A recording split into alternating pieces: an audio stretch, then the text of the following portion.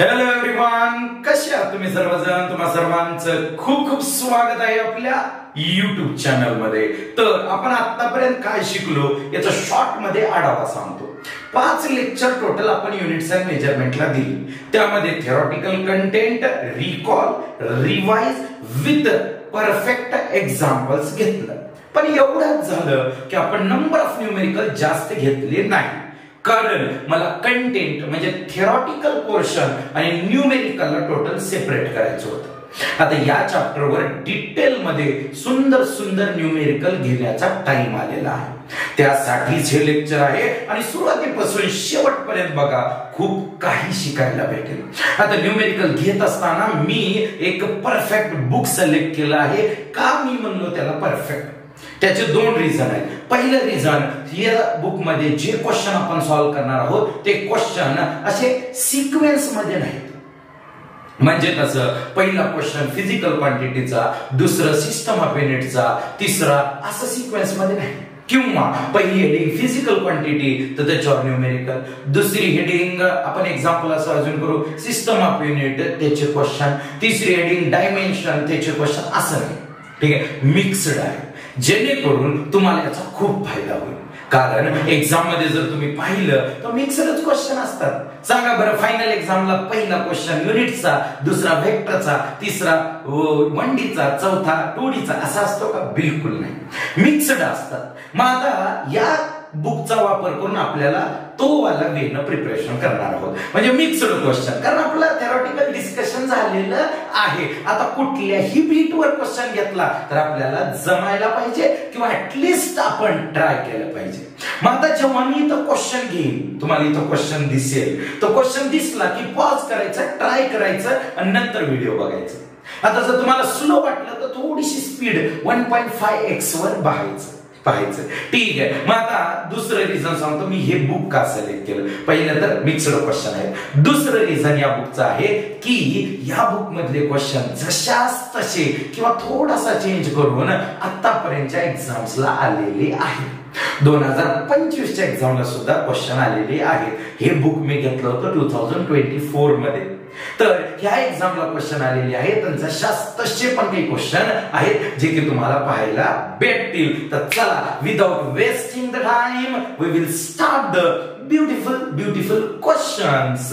मी तुम्हाला थोडं मॉडिफिकेशनच्या point of view सांगतो. इथं क्वेश्चन देण्याचा प्रयत्न करेल, थोडीशी मेहनत करावी लागेल, थोडस कष्ट घ्यावं लागतील, परंतु करेल मी, काही टेन्शन घेऊ नका. काही मॉडिफिकेशन, काही तुम्हाला आयडियाज वाटल्या तर तुम्ही 100% शेअर करू शकता.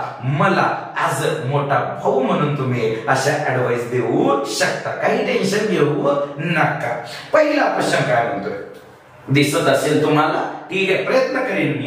ठीक आहे, पहिला क्वेश्चन काय म्हणतोय, a physical quantity depends upon 5 factor. Okay, ही एक क्वांटिटी आहे जी की 5 वेगवेगळ्या क्वांटिटीवर डिपेंड करते. All of which have dimension. त्या 5 फॅक्टरला स्वतःचं डायमेन्शन आहे. Then method of dimensional analysis can be used, cannot be used, depends on a factor. आणि चौथे येते फर्स्ट अँड थर्ड.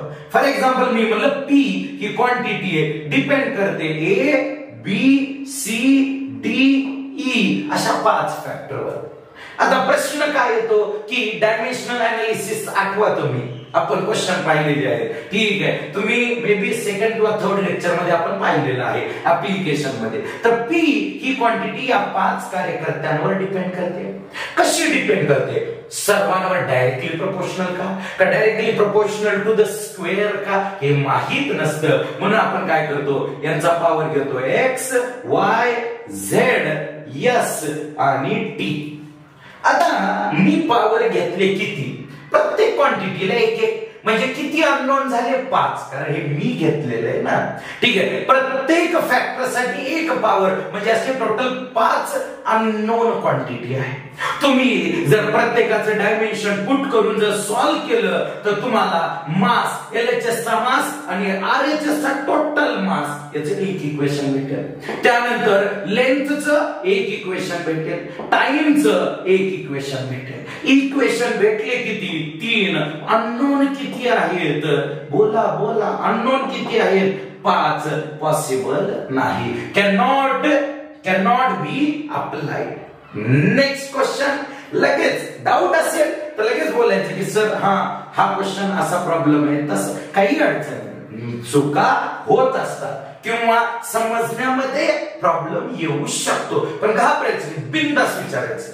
लोक काय म्हणतील याचा विचार करायचा नाही. Second question. A student when discussing the properties of a medium except vacuum writes velocity of light in vacuum or speed of light in vacuum is equal to speed of light in medium. मला एक गोष्ट clear सांगा. मला सांगा, लाईटची speed vacuum मध्ये आणि air मध्ये आपण अज्युम करतो किंवा आपण असं म्हणतो की सेम असते. थोडा फरक आहे, परंतु आपण अज्युम करतो सेम आहे. किती? 3 × 10⁸. पण तीच लाईट जर एखाद्या मीडियम मध्ये एंटर केली, फॉर एक्झाम्पल वॉटर किंवा ग्लास, यामध्ये जर एंटर केली तर त्याची स्पीड चेंज होते, रिड्यूस होते. ठीक आहे. कोणाला काय अडचण नाही सर? बिलकुल अडचण नाही. म्हणजे इथं speed of light in vacuum, speed of light in medium हे न्यूमेरिकली कसे म्हणतोय मी? न्यूमेरिकली सेम नाहीत. मग आता युनिट वाईज सेम आहेत का?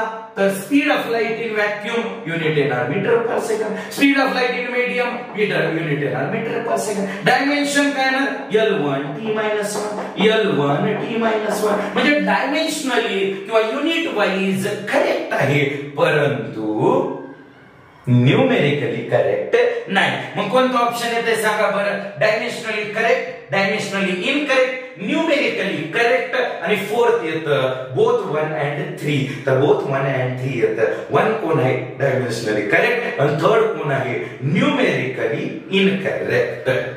जाऊयात थर्ड क्वेश्चन कडे. थर्ड क्वेश्चन यापेक्षा सुंदर आहे.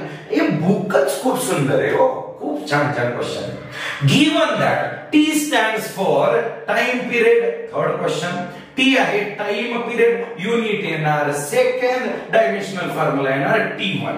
Next, and L stands for length of simple pendulum. ठीक आहे, युनिट येणार मीटर आणि डायमेन्शनल फॉर्म्युला येणार L1. नेक्स्ट काय म्हणताय? If G is the acceleration due to gravity, G चं युनिट येणार metre per second square, dimensional formula येणार L1 t - 2. ओके. नंतर काय म्हणतोय बघा, then which of the following statement about the relation, इथे एक रिलेशन दिलंय T² = L/G. या रिलेशन बद्दल which of the following statement is correct म्हणते. ओके. आता बघा, मी याला थोडं रीराइट करतो, स्क्वेअर रूट घेतो, तर या साइडला येणार √L/G. तुम्हाला आठवते का फॉर्म्युला? ठीक आहे, आठवत नसेल तर लिहून घेतो. टाइम पिरियड ऑफ सिंपल पेंडुलमचा रियल वाला फॉर्म्युला असतो T = 2π √L/G.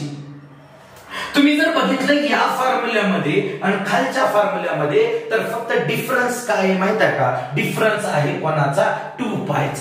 म्हणजे वरचं इक्वेशन बघितलं आणि खालचं जर इक्वेशन बघितलं तर LHS आणि RHS चं युनिट आणि डायमेन्शन सेम येणार. पण हे इक्वेशन, वरचं इक्वेशन न्यूमेरिकली करेक्ट नाही.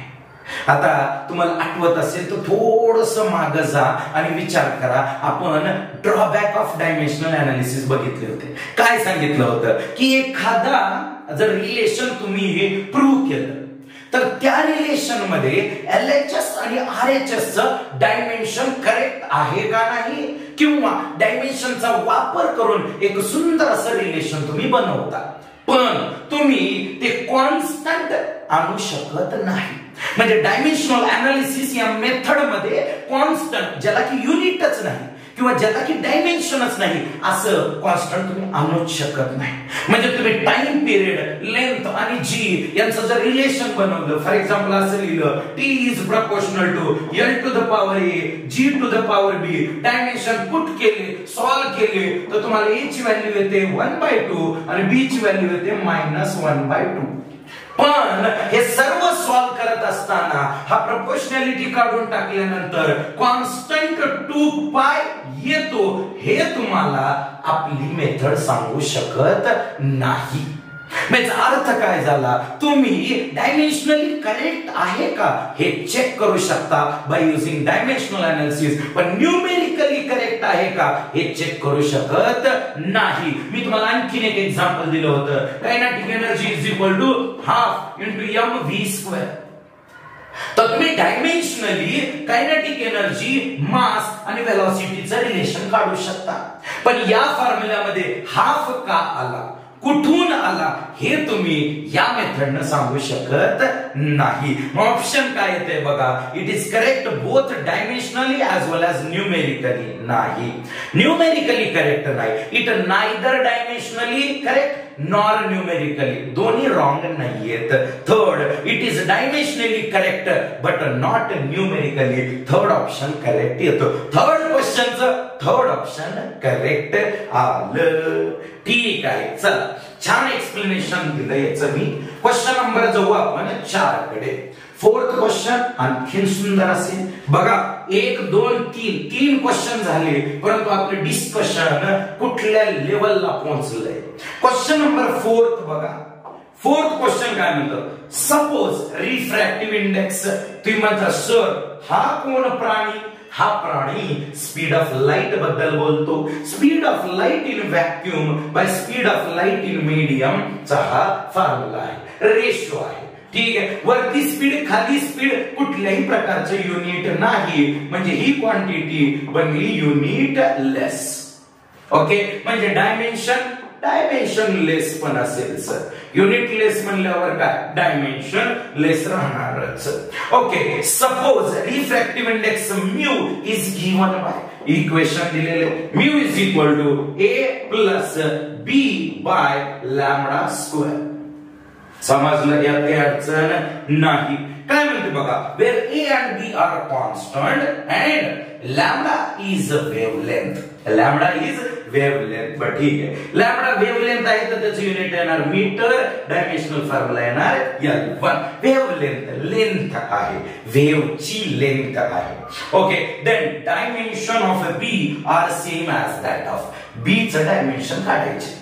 ठीक आहे, पॉज करा, सॉल्व करा, आन्सर कमेंट बॉक्स मध्ये टाकून द्या. एकदम फटाफट सॉल्व करायचं, टाइम बिलकुल वेस्ट करायचा नाही. लगेच आन्सर जर बरोबर असेल तर लगेच पळवायचं आणि पुढे जायचं. ठीक आहे, आता बघा आपण रूल वापरणार ऍडिशनचे. जी सर ऍडिशन सिग्निफिकंट फिगर का एररचे रूल. अरे दादा, डायमेन्शन मध्ये आहोत आपण, डायमेन्शन मध्ये ऍडिशन कोणाचं करतो, सेम युनिटचं, सेम क्वांटिटीचं ऍडिशन करतो. म्हणजे याचा अर्थ काय झाला, ए आणि बी बाय लॅम्बडा स्क्वेअर या दोघांचं युनिट सेम असायला पाहिजे. आणि त्यांना ऍड केल्यानंतर कोण भेटत आहे, रिफ्रॅक्टिव्ह इंडेक्स. म्हणजे याचा अर्थ काय झाला, हा पण रिफ्रॅक्टिव्ह इंडेक्स आहे, हा पण रिफ्रॅक्टिव्ह इंडेक्स आहे, म्हणून दोघांचं ऍड केल्यावर आन्सर रिफ्रॅक्टिव्ह इंडेक्स भेटतं. जसं की force plus force is equal to force, mass plus mass is equal to mass, length plus length is equal to length. म्हणजे unit wise, okay, unit wise mu is equal to a is equal to b by lambda square. Okay sir, समजलं. Unit wise तुम्ही लिहिलं म्हणल्यावर समजलं. याचं unit same असेल तरच add करू शकतो, आणि ऍड केल्यावर जे भेटणार आहे ते युनिट पण सेमच राहणार. मग आता मला सांगा, याला युनिट आहे का, नाही, म्हणजे याला पण नाही. ओके, मग याला पण युनिट असेल का? नाही सर, बिलकुल नसेल. B by lambda square is equal to सरळ सरळ आपण युनिटलेस लिहू शकतो. मग सांगा बी इज इक्वल टू काय येणार? Lambda square. लॅम्बडाचं युनिट काय होतं? मीटर. म्हणजे बी चं युनिट काय येणार? मीटर येणार का? नाही sir, metre square. Metre square unit कोणाचं असतं? एरिया. ऑप्शन मध्ये एरिया आहे का? हो sir, fourth option. Question number 4 चं फोर्थ ऑप्शन. बघा, पॉज करा, घ्या लिहून. नेक्स्ट क्वेश्चन कडे जाऊ आपण. नेक्स्ट क्वेश्चन 5 नंबरचा क्वेश्चन आहे. मे बी फर्स्ट लेक्चर आहे न्यूमेरिकल वरती, तर थोडस सिक्वेन्स, थोडस अनालिसिस करत असताना मे बी मी टाइम जास्त घेईन, परंतु नंतर हळूहळू याच्यामध्ये मॉडिफिकेशन करू. Question number 5, the best method to reduce random error. ठीक आहे, पहिला ऑप्शन. ऑप्शन मध्ये खरी मजा आहे हो, असं नाहीये की असं बोलण्यामध्ये तर मी काय म्हणेल, रॅन्डम एरर कमी करण्यासाठी नंबर ऑफ ऑब्झर्वेशन वाढवा. ठीक आहे, म्हणजे माझी हाईट मेजर करायचे तर एकदा मेजर केल्यामुळे तुमचा एरर जास्त असेल, दोनदा तीनदा मेजर करा आणि त्याचा ऍव्हरेज करा, एरर ऑटोमॅटिकली कमी होतो. आपण बोललो याच्या आधी. काय म्हणते बघा क्वेश्चन मध्ये की ऑप्शन मध्ये to change the instrument used for measurement. म्हणजे माझी हाईट मेजर करण्यासाठी करत आहात तुम्ही आणि तुम्हाला एरर आला, तर एरर कमी करण्यासाठी ज्या इन्स्ट्रुमेंटने हाईट मेजर केली तोच बदला म्हणते. अरे इन्स्ट्रुमेंटल एरर नाहीये ना, इन्स्ट्रुमेंटचा एरर असता तर आपण इन्स्ट्रुमेंट बदलला असतं. रॅन्डम एरर आहे हा, याच्यामध्ये मिस्टेक कोणाची असू शकते. ठीक आहे, इन्स्ट्रुमेंटची नाहीये, मिस्टेक कोणाची असू शकते. म्हणजे वेदर किंवा ह्युमन किंवा काही ऍडजस्टमेंट असू शकते, जी की रॅन्डम आहे, जी की शॉर्ट टाइम मुळे झालेली मिस्टेक आहे. सेकंड ऑप्शन काय म्हणते? To take help of experienced observer. म्हणजे ज्यांनी आतापर्यंत खूप हाईट मेजर केल्या असा एक्सपिरियन्स्ड पर्सन बोलवा. नाही नाही नाही, बिलकुल नाही. या रॅन्डम एरर वाल्याचं काय एकदम छोट्या छोट्या ज्या असतात तर त्या ड्यू टू खूप साऱ्या गोष्टी इन्व्हॉल्व आहेत त्यामुळे. ठीक आहे, तर त्या कमी करण्यासाठी तुम्हाला काय करावं लागेल? Third option, to repeat the experiment many times and to take the average result. हे करेक्ट आहे. म्हणजे आपलं इथं 5व्या क्वेश्चन मध्ये कोणता आन्सर करेक्ट आहे? थर्ड आहे. जाऊया नेक्स्ट क्वेश्चन कडे. 6 नंबरचा क्वेश्चन आहे, 5व्याला घेण्याची काही गरज नाही. Of the following quantities which one has the dimension different from the remaining 3. पहिल्या ऑप्शनला घेतो डायरेक्ट. 6व्या क्वेश्चन मध्ये म्हणताय या चारीपैकी एक वेगळा कोण आहे त्याला फाइंड आउट करा. Okay fine. Energy density. आता म्हणता सर एनर्जी डेन्सिटी काय असतं? तर एनर्जी बाय व्हॉल्यूम असतं. Energy by volume. Okay sir, energy by व्हॉल्यूमला सॉल्व कसं करणार? एनर्जीचं unit KG metre square per second square divided by main division इथे बरं का, मेन डिव्हिजन ऑलवेज इक्वलच्या समोर असतं. डिवायडेड बाय व्हॉल्यूम कोण आलं? Metre cube. 2 metre cancel. Final answer काय आलं सांगा? केजी पर इथला एक metre second square. Okay, second option काय आहे? सेकंड आहे force per unit area. Okay, काही अडचण नाही. Force per unit area. फोर्सचं युनिट पुट करा. फोर्सचं युनिट येतं KG metre per second square divided by metre square. 1 metre cancel. Final unit काय आलं? केजी पर मीटर तर राहिला नाही, सेकंड स्क्वेअर खाली आला, मीटर सेकंड स्क्वेअर. बघा, पहिल्या आणि दुसऱ्या ऑप्शन मध्ये युनिट सेम आहे. हे शिकायला भेटतो. जेडब्ल्यू ऍडव्हान्सला असाच क्वेश्चन आला होता, सेम याच कॅटेगरीचा, की वेगवेगळ्या क्वांटिटी दिल्या होत्या वरती खाली आणि फायनल डायमेन्शनल फॉर्म्युला काढा असं बोललं होतं. ऍडव्हान्स 2025 चा क्वेश्चन. ठीक आहे, नेक्स्ट थर्ड काय विचारले त्यांनी? तर product of charge per unit volume and voltage. छान आहे बरं का.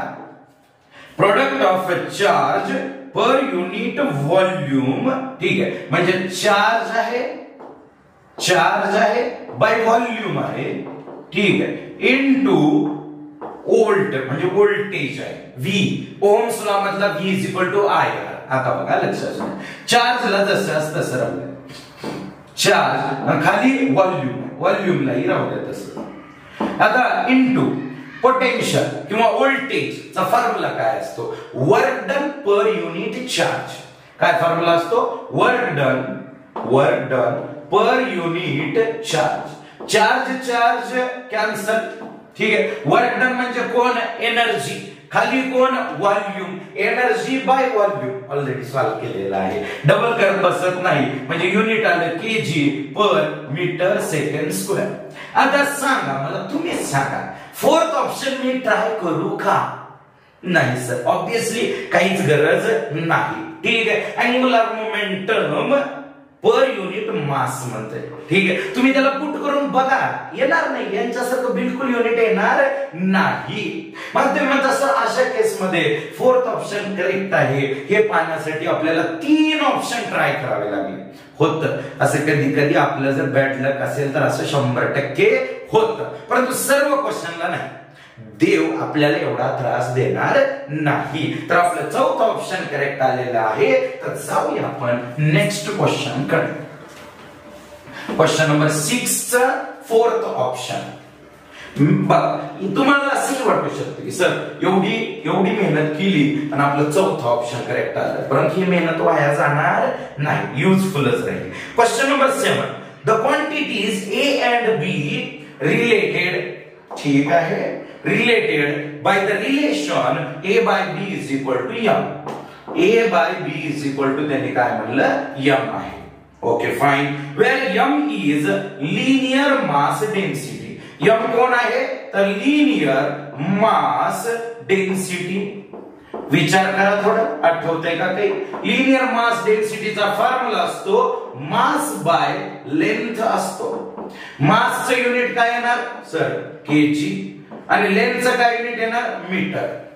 ठीक आहे. थोडंफार आता सध्या ऍडजस्टमेंट थोडीशी करा, मॉडिफिकेशन करत जाऊ आपण. म्हणजे का बरं बोललो असं? कारण काय होऊ शकतं, इथं क्वेश्चन आहे, क्वेश्चन मध्येच मी लिहित असेल, असंही होऊ शकतं. ठीक आहे. टेन्शन नका घेऊ, करू आपण त्याच्यावर काही ना काहीतरी काम करू. आणखी पुढे काय म्हणतंय? एम लिनियर मास डेन्सिटी आहे अँड ए इज फोर्स.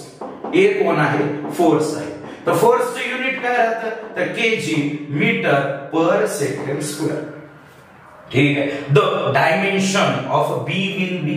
आता बी जर काढायचं असेल तर b is equal to equation काय येणार? ए बाय एम. ए कोण आहे? फोर्स आहे. पुट करा, युनिट पुट करा, टेन्शन नका घेऊ. तर डायमेन्शन विचारले म्हणून डायमेन्शन पुट करत बसू नका.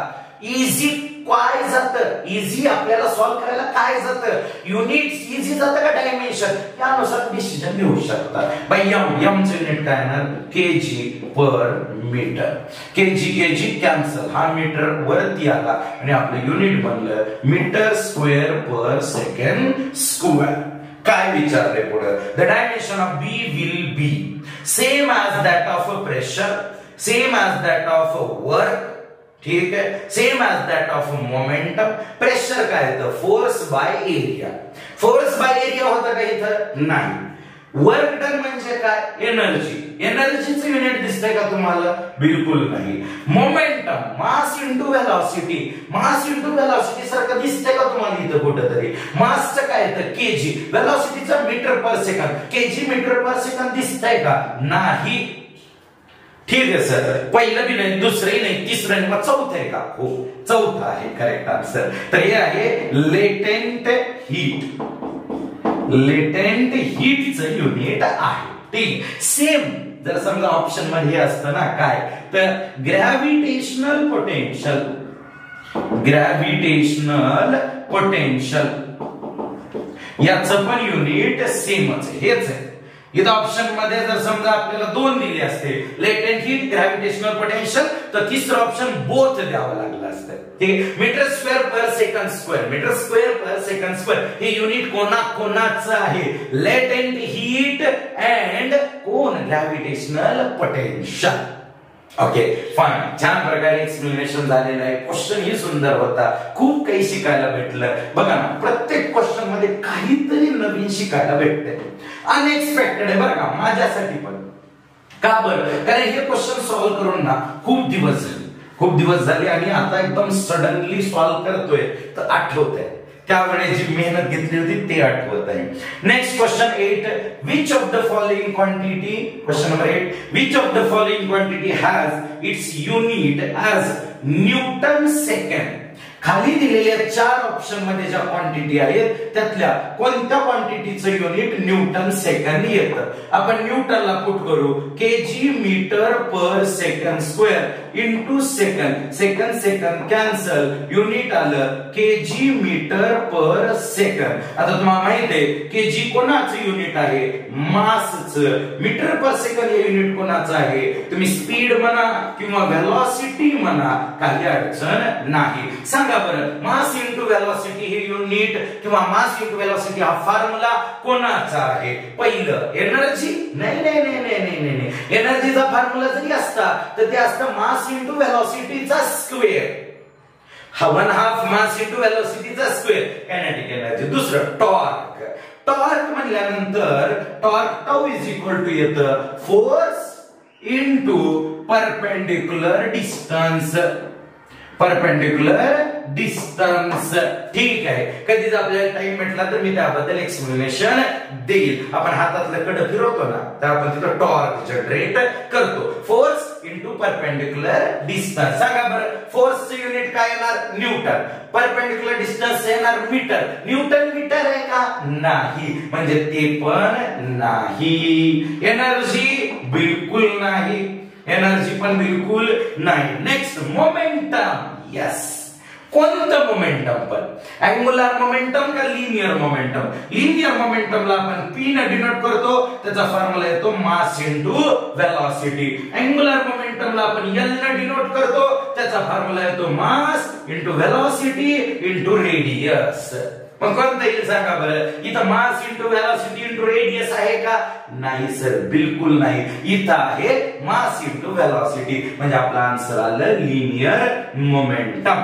अँगुलर मोमेंटम नाही. Okay fine. इथं परत आणखीन 2 क्वांटिटी शिकायला भेटल्या.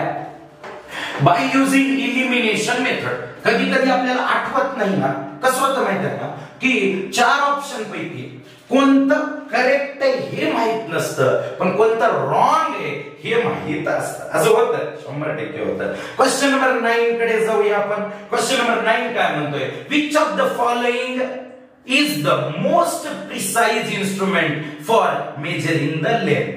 पहिलं दिले, पहिलं ऑप्शन काय म्हणतोय? Metre rod of least count. Least count आहे मीटर रॉडचा 0.1 सेंटीमीटर. आधी लिहितो त्यानंतर एक्सप्लेन करतो. सेकंड ऑप्शन दिलेलं आहे आपल्याला vernier calliper with least count 0.01 centimetre. Third screw gauge with least count 0.001 centimetre. Data is not sufficient. ठीक आहे, चालते. चौथा ऑप्शन असं म्हणा की नन ऑफ द अबोव असते. ठीक आहे. काय अर्थ होतो याचा? की किंवा प्रश्न काय म्हणतोय की आपल्याला लेंथ मेजर करायची. त्यासाठी आपण 3 डिव्हाइस आणले. मीटर रॉड, ठीक आहे, वर्नियर कॅलिपर, स्क्रू गेज, असे 3 कार्यकर्ते आणले. ती म्हणतात सर आपल्याला वर्नियर कॅलिपर झालं नाही ना. बाळ थोडं थांब, सांगतो मी, क्लिअर सांगतो. अर्थ काय होतो बघा. लीस्ट काउंट जेवढा कमी किंवा जेवढा स्मॉल तेवढी ॲक्युरेसी जास्त. सांगा या 3 कोणता लीस्ट काउंट सर्वात स्मॉल आहे? सर स्क्रू गेजचा. तर ॲक्युरेट मेजरमेंट स्क्रू गेज होणार. ठीक आहे, बघा समजून घ्या प्रॉपरली की काय म्हणायचा प्रयत्न करतोय मी. ठीक आहे. आता याला दुसरी पण आयडिया लावू शकतो. कशी? डेसिमल नंतर सेम आहे ना. जर युनिट सेम असेल तर आपण एक प्रॉपर आयडिया लावू शकतो. कशी? तर युनिट तिघांचं सेम आहे, फक्त एवढंच आहे की वेगवेगळ्या इन्स्ट्रुमेंटने मेजरमेंट केलं. तर इथं डेसिमल नंतर किती प्लेसेस तो डिव्हाइस मेजर करू शकतो? 1. हा डिव्हाइस डेसिमल नंतर 2 प्लेसेस पर्यंत मेजरमेंट घेऊ शकतो. हा डिव्हाइस डेसिमल नंतर 3 प्लेसेसचं मेजरमेंट घेऊ शकतो. सांगा बरं ॲक्युरेसी कोणापाशी असेल? तर स्क्रू गेज. आपला आन्सर आलं हे. आता फॉर एक्झाम्पल कधी असं होऊ शकतं की तुम्हाला फॉर एक्झाम्पल असं बोललं की लेंथ आहे 50.41 सेंटीमीटर अँड करंट दिलेलं आहे 0.0015 एम्पियर. आणि तुम्हाला विचारलं विच ऑफ द फॉलोइंग किंवा ज्या दिलेल्या व्हॅल्यूज आहेत, which of the given values is having more accuracy. म्हणजे ही मोर ॲक्युरेट आहे का ही मोर ॲक्युरेट आहे. ठीक आहे. आता याच्यासारखं युनिट सेम तर नाही, युनिट वेगवेगळं आहे. हा क्वेश्चन छान आहे बरं का. युनिट वेगवेगळं असताना काय लॉजिक लावायचं? डेसिमल नंतरचे प्लेसेस बघायचे का? नाही. तर अशा केसमध्ये काय विचार करायचं? युनिट वेगळं असताना, युनिट जर वेगळं असेल तर इथं रूल वापरायचा, सिग्निफिकंट फिगर जेवढ्या जास्त तेवढी ॲक्युरेसी जास्त.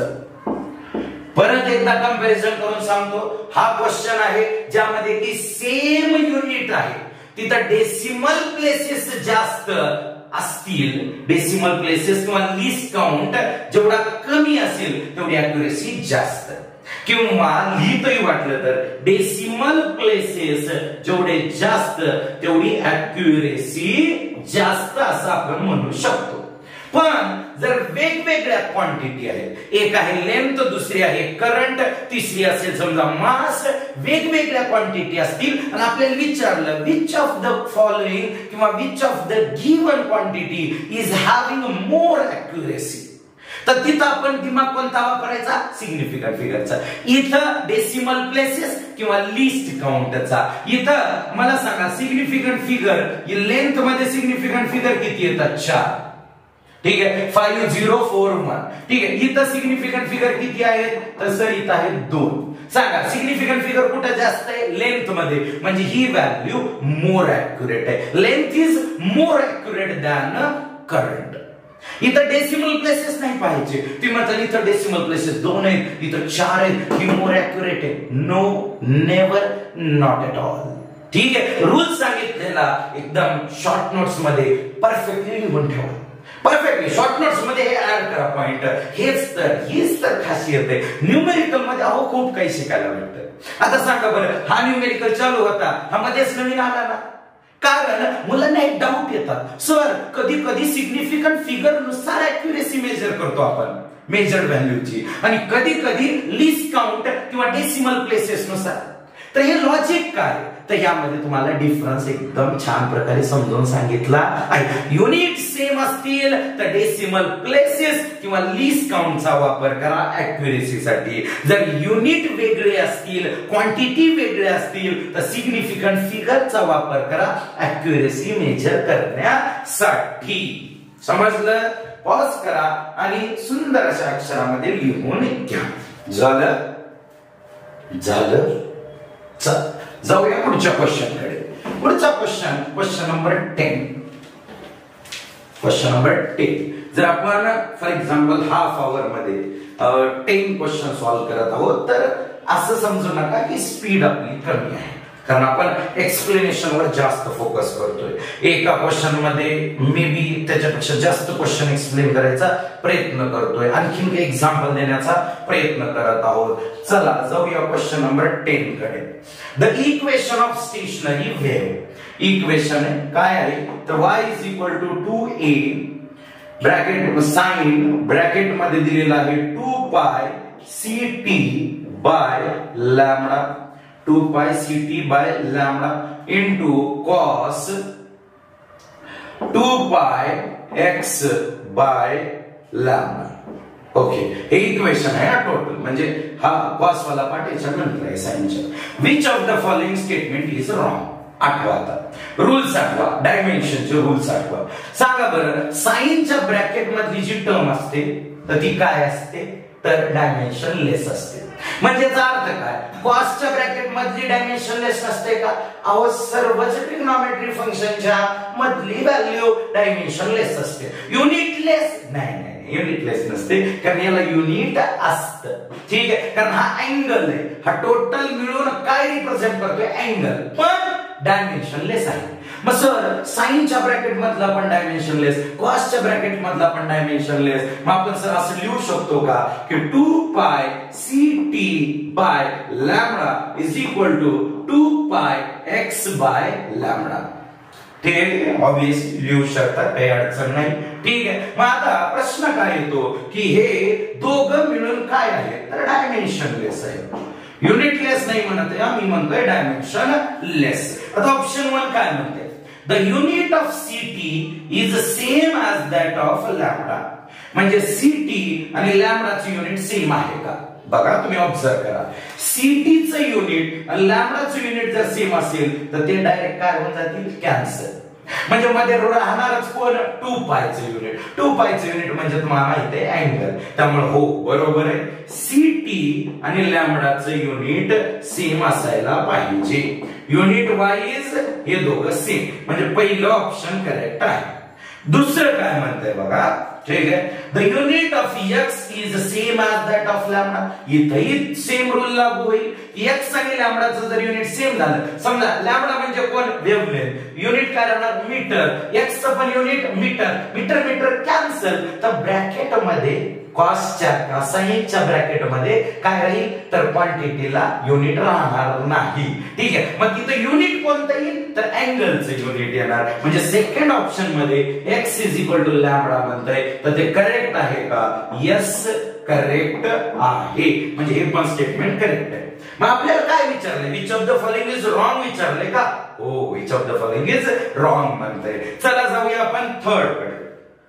The unit of 2 pi C by lambda, 2 pi C T नाही म्हटलं बरं का, 2 pi C by lambda is equal to 2 pi x by lambda T. म्हणजे इथला टी इकडे पाठवला, इथला टी इकडे पाठवलाय. म्हणजे बघा थर्ड ऑप्शनला त्यांनी कसं लिहिलेलं आहे, 2 पाय सी बाय लॅम्बडा, इथला टी पलीकडच्या साईडला पाठवला, तर 2 पाय एक्स बाय काय येणार, लॅम्बडा टी. तर हे पण करेक्ट आहे. Next last option, the unit of C by lambda, unit of C by lambda. ठीक आहे. फोर्थ क्वेश्चन मध्ये सी बाय लॅम्बडाचं युनिट, ठीक आहे, is same as that of X by lambda असं म्हणते. नाही, बिलकुल नाही, बिलकुल नाही, बिलकुल येणार नाही. तुम्ही म्हणता का बरं सर, तर ह्या इक्वेशनला घ्या बरं पुढे.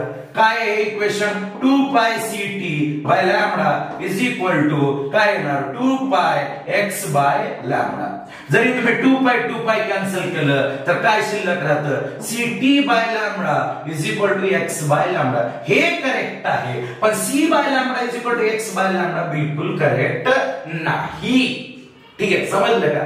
हा पण क्वेश्चन मध्ये ज्या ऑथरनी हा क्वेश्चन सेट केला त्यांनीही बघा कसा दिमाग लावला की स्टुडंटला पहिले 3 ऑप्शन ट्राय करू द्या, ठीक आहे, चौथा पण रॉंग ठेवू, म्हणजे प्रॅक्टिस झाली पाहिजे. Practice make man perfect. त्यामुळे म्हणतोय की न्यूमेरिकलची प्रॅक्टिस करत राहा, 90% प्रॉब्लेम सॉल्व्ह होतील. आयुष्यातले 90% प्रॉब्लेम सॉल्व्ह होतील. चला पॉज करा, घ्या लिहून, जाऊया आपण नेक्स्ट क्वेश्चन. Question number 11. 11 नंबरच्या क्वेश्चन मध्ये काय म्हणलं सांग. क्वेश्चन छानच राहणार, सर्वच क्वेश्चन छान आहे. क्वेश्चन नंबर 11 सेम याच कॅटेगरीचा थोडाफार क्वेश्चन आहे. काय म्हणते बघा, given that y is equal to a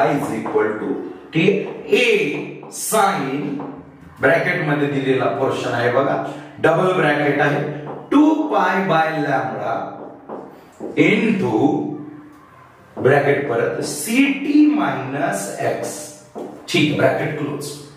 परत एकदा बघतो मी, 2 pi by lambda ct minus x सेमच, काही अडचण नाही.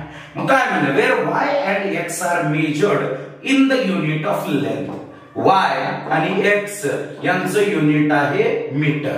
का बरं, कारण हे लेंथ आहे असं क्वेश्चन मध्ये बोलले. काय म्हणले बघा, y and x are measured in the unit of length. ठीक आहे, fine. Which of the following statement is true. आता विचार करा, मला सांगा, ही पूर्ण टर्म जी आहे ती काय असणार, डायमेन्शनलेस. फाइन, काहीच अडचण नाही. 2 pi by lambda, 2 pi by lambda bracket मध्ये आलं ct मायनस x. हे टोटल राहणार बरं का, टोटल डायमेन्शनलेस. ठीक आहे. मग आपण म्हणलं की जायचं कसं, सॉल्व्ह कसं करायचं, तर मी तुम्हाला परत सांगतो रूल्स कसे द्यायचे. ऍडिशन सबट्रॅक्शन बघा आधी आहे का, ऍडिशन आणि सबट्रॅक्शन कोणाचं करताय, ct आणि x. म्हणजे याचा अर्थ काय होतो, ct is equal to x असायला पाहिजे. x तुम्हाला माहित आहे लेंथ आहे, म्हणजे युनिट काय येणार, मीटर. म्हणजे सीटीचं युनिट मीटर, एक्सचं unit metre, metre minus metre cancel होतं का? नाही, तर बाहेर मीटर येतं. आणि लॅम्बडा वेव्हलेंथ आहे, मीटर मीटर मीटर कॅन्सल, काहीच राहणार नाही. सो 2 पाय राहील ना, 2 पायचं युनिट असेल रॅडियन. ठीक आहे, अँगलच्या फॉर्म मध्ये. मग रॅडियन हा डायमेन्शन लेस आहे, युनिट आहे पण डायमेन्शन लेस आहे. सर यावरून क्लिअर आयडिया भेटली की सीटीचं युनिट राहणार मीटर, एक्सचं युनिट मीटर, लॅम्बडा जो आहे लॅम्बडाचं युनिट पण राहणार मीटर, म्हणजे इज इक्वल टू लॅम्बडा. तुम्ही आता पुट करून बघा, या सर्वांचे युनिट मीटर, याचं metre metre metre cancel, dimensionless quantity. हे येणं गरजेचं आहे. ठीक आहे, क्वेश्चन रीड केल्या किंवा क्वेश्चन बघितल्या आपल्याला हे थोडस तरी आयडिया आली डोक्यामध्ये की नंतर सॉल्व्ह करणं इझी जातं. पहिला ऑप्शन काय म्हणले, the unit of lambda is same as that of x and ए. आता तुम्ही म्हणता सर ए कुठून आला, तर ए इथे. ही टोटल क्वांटिटी काय झाली सांगा बरं, डायमेन्शनलेस. मग y इज इक्वल टू काय राहिलं, y is equal to a राहिलं. a हे कसं युनिट वाईज, कसं युनिट वाईज. y चं युनिट काय होतं मीटर, कारण लेंथ आहे ना, मग a चं पण युनिट काय राहणार मीटर. तर बघा तुम्ही ऑब्झर्व करा, ct चं युनिट मीटर, x चं मीटर, लॅम्बडाचं मीटर, y चं मीटर, a चं मीटर. Okay fine. आता बघा, the unit of lambda is same as that of x and a. लॅम्बडाचं युनिट एक्स सारखंच आहे आणि ए सारखंच आहे. करेक्ट आहे, पहिलं करेक्ट आहे. क्वेश्चन मध्ये आपल्याला काय म्हणलं होतं, which of the following statement is true, पहिलंच भेटलं.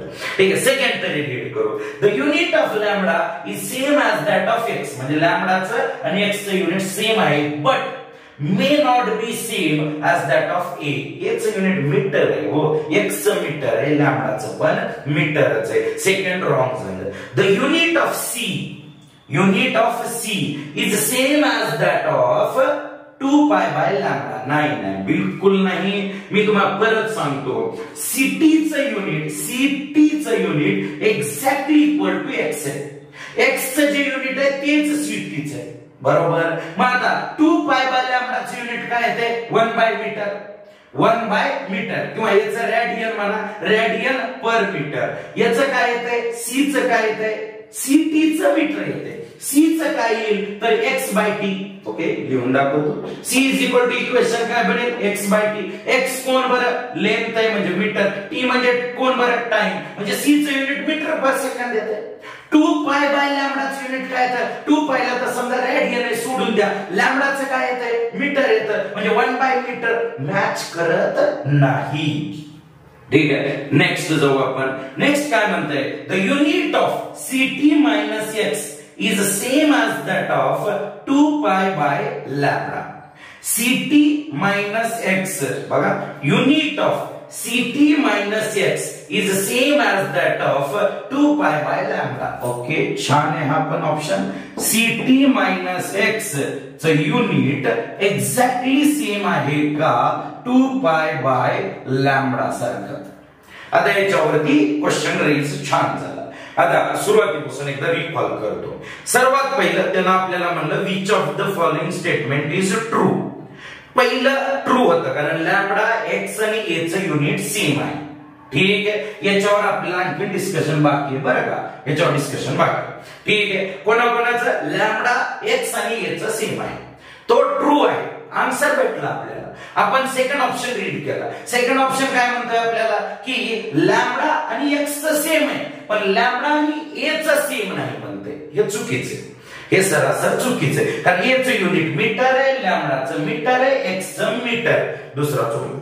The unit of C is same as that of 2 pi by lambda. 2 pi bye लॅम्बडाचं युनिट येतं 1 बाय मीटर, किंवा इथं लिहितोय, इथं येतं रॅडियन पर मीटर 2 पाय बाय लॅम्बडाचं, आणि सीटी मायनस एक्स चं येतंय मीटर. ठीक आहे, समजलं. सीटी मायनस एक्स चं युनिट काय येतं, मीटर येतं. म्हणून आपण म्हणलं सीटीचं पण युनिट मीटर, एक्स चं पण युनिट मीटर. ठीक आहे, मग आपण काय म्हणलं, थर्ड वाला ऑप्शन काय रॉंग आहे. नंतर गेलो आपण चौथ्याकडे. The unit of CT minus x is same as that of 2 pi by lambda? नाही, बिलकुल नाही, सेम युनिट नाहीये. चला, तर अशा प्रकारे आपण हा सुंदर असा क्वेश्चन नंबर 11 डिस्कस केला आहे. छान क्वेश्चन, म्हणजे मला दोनदा ऑप्शन रीड करावे लागले. याचा अर्थ की क्वेश्चन रीड करत असताना किंवा क्वेश्चन सॉल्व्ह करत असताना ऑप्शन भेटून पण आपल्याला कधी कधी डाऊट येऊ शकतो की मे बी आपण रॉंग केलं का काय. आणि हा प्रॉब्लेम ना एक्झाम मध्ये जर आला, म्हणजे फॉर एक्झाम्पल हा प्रॉब्लेम म्हणजे की ऑप्शन आपण बघत पुढे गेलो आणि आपल्याला आठवतच नाही की पहिलं ऑप्शन काय होतं, तर तेव्हा अडचण येते. कारण डबल सॉल्व्ह करायला माझ्याकडे टाइम आहे पण तुमच्याकडे एक्झाम मध्ये राहणार नाही. क्वेश्चन नंबर 12 कडे जाऊ.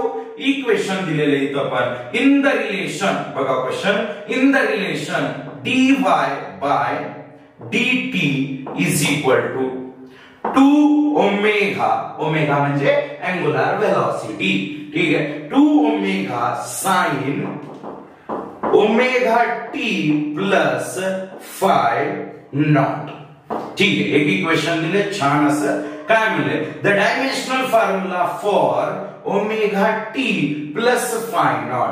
याचा डायमेन्शनल फॉर्म्युला सांगा बरं. याला डायमेन्शन असतं का हो? नाही. Sine, cos, tan, cot, cosec, sec यांच्यामध्ये जे काही असेल ब्रॅकेट मध्ये ते असणार डायमेन्शन लेस. ठीक आहे, म्हणजे ओमेगा टी प्लस 5 नॉट याचं युनिट जर विचारलं तर मी रॅडियन किंवा डिग्री म्हणेन, परंतु डायमेन्शन विचारलं तर m0 l0 t0 म्हणेन.